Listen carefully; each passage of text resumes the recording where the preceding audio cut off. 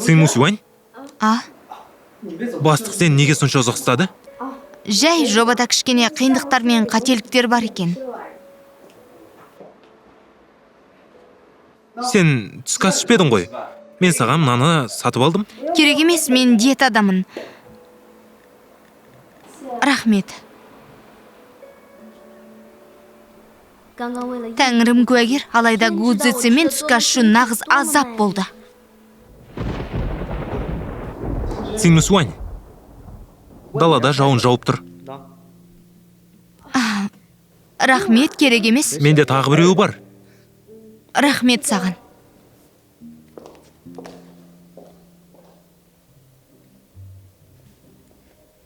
Цинмусюань, қол шатырды лақтырып жібер.